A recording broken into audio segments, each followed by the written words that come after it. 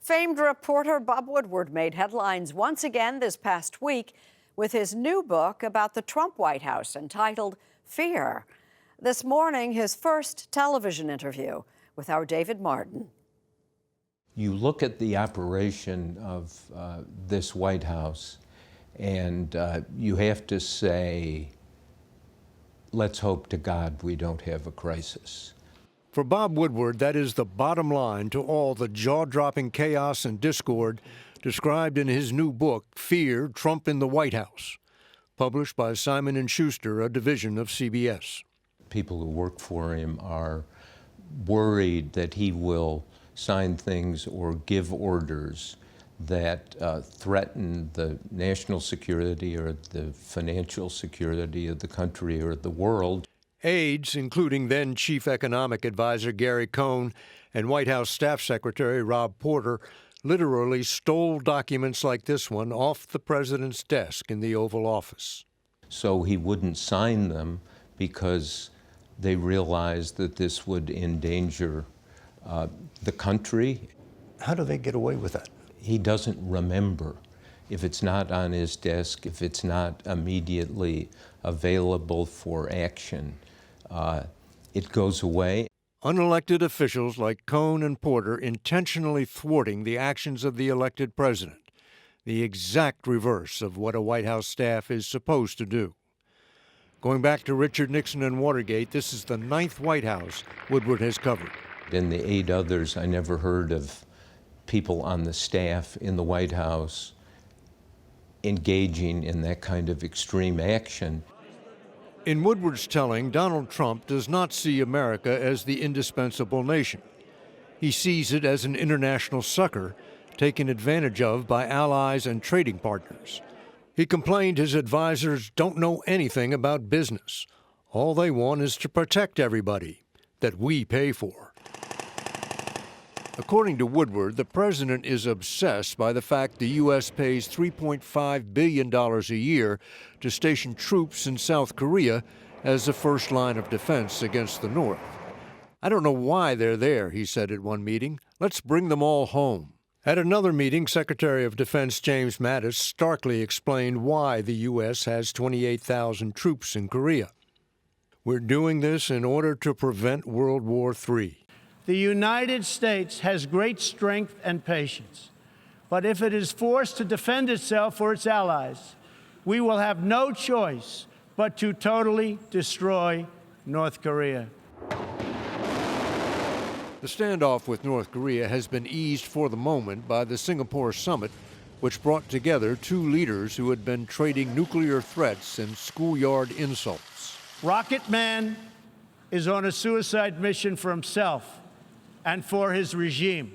The president later made that little rocket man on Twitter, which he told Staff Secretary Rob Porter may be my best ever.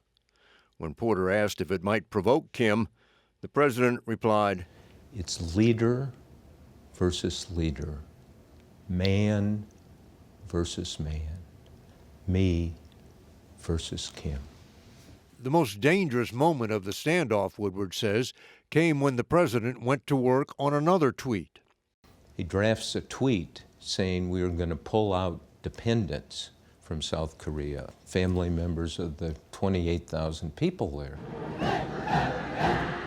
That tweet was never sent because of a back-channel message from North Korea that it would regard a pullout of dependents as a sign the U.S. was preparing to attack. At that moment, there was a sense of profound alarm in the Pentagon leadership that, my God, one tweet, and we have reliable information that the North Koreans are going to read this as an attack is imminent.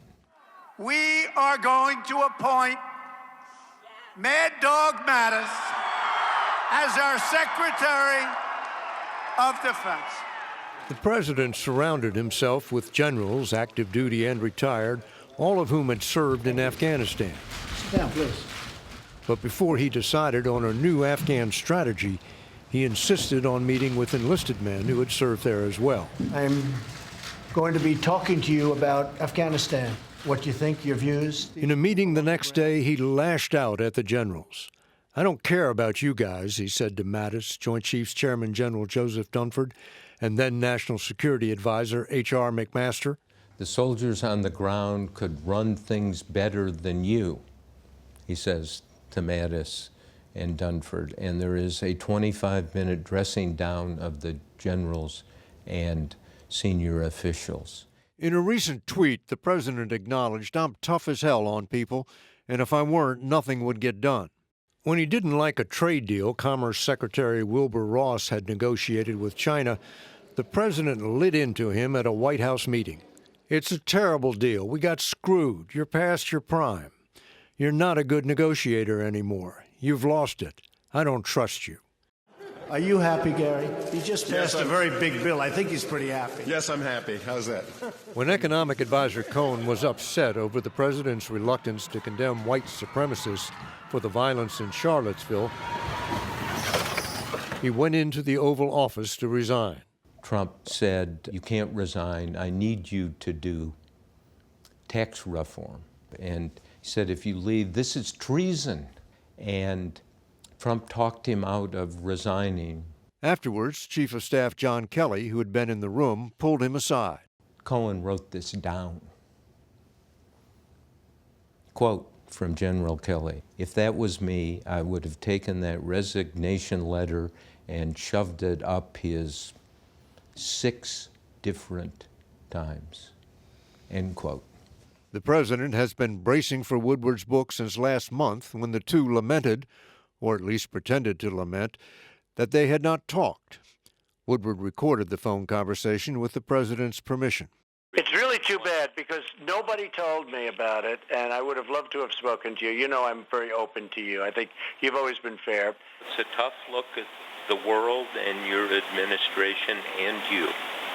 Right. Well, I assume that means it's going to be a negative book. That's all right. Some are good and some are bad. Sounds like this is going to be a bad one. Last week, when the contents of Fear began to leak ahead of its scheduled publication, the president said it was worse than bad. The book is a work of fiction. If you look back at Woodward's past, he had the same problem with other presidents. He likes to get publicity, sell some books. He's added fake books to his complaints about fake news. Are you ready for a tweet storm directed at you? I've been there before. So we respect the free press. I respect the free press. I don't respect the type of journalism, the shabby journalism that is being practiced by the Washington Post. Woodward's stories, written with Carl Bernstein on Richard Nixon and Watergate, were repeatedly denounced until the White House was forced to apologize. Working on this book, Woodward says he went back to the days of his youth when he and Bernstein, portrayed by Robert Redford and Dustin Hoffman in the movie All the President's Men, made late-night visits to the homes of potential sources. This won't take long at all. We just want to... Please go away, okay? We're from the Washington Post. Yes. I've read what you've written. I want to thank you. In one case, I called somebody at 11 o'clock at night and said, "I'd like to talk." Yeah, we'll get to it. And I said, "Well, how about now?" And he said, "Now? It's 11 o'clock at night." And I said, "I'm 4 minutes away." "Okay, come on over for a while." He doesn't identify his sources, but most readers will conclude he talked to both Gary Cohen and Rob Porter, along with several other White House officials who quit or were fired. The criticism would be you've talked to the people who have an axe to grind against the president. Well, that's just not true. Which is not true. Look, I talked to dozens and dozens of people and have notes and documentation on lots of things. Woodward quotes harsh criticism of the president from some of his closest advisors. Chief of Staff Kelly called his boss an idiot. Secretary of Defense Mattis said the commander-in-chief acted like and had the understanding of a 5th or 6th grader. Both men have denied saying such things, and the president continues to denounce the book at every turn. Like these guys that write books and they put phony quotes out all over the... Totally phony quotes. I mean, totally like fraudulent books. They're like fraudulent books. He said the quotes are just not the way he speaks, and the quotes are fabricated. What do you say to that? He's wrong, and my reporting is meticulous and careful. In a second interview with CBS Sunday Morning, Woodward said he had multiple sources for every claim in the book. Multiple interviews with key witnesses. One person I interviewed 9 times, and the transcripts of those conversations are 700 or 800 pages. 700 or 800 pages for one person? Yes, sir. How many people did you interview? Oh, over 100. I would say that maybe half of those are key people.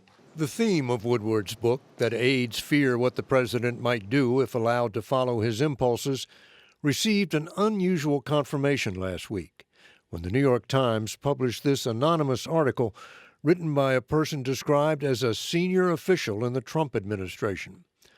I work for the president, but like-minded colleagues and I have vowed to thwart parts of his agenda and his worst inclinations. I have no idea who it is. It's very important who it is. It's very important whether this is somebody who witnessed and participated. And quite frankly, if there was a person in the White House or the administration who wanted to tell me what's in that op-ed piece, I would say, okay, name me who was there. What is the specific incident? As you know from having read my book, there are dates and times and participants. I wouldn't have used it. Too vague? Well, too vague and does not meet the standards of trying to describe specific incidents. Specific incidents are the building blocks of journalism, as you well know. Fear, Trump in the White House, is Woodward's 19th book, and he says reporting it took him deeper inside a working White House than he's ever been before. This one was in the belly of the beast. And what did you conclude about the beast? That people better wake up to what's going on.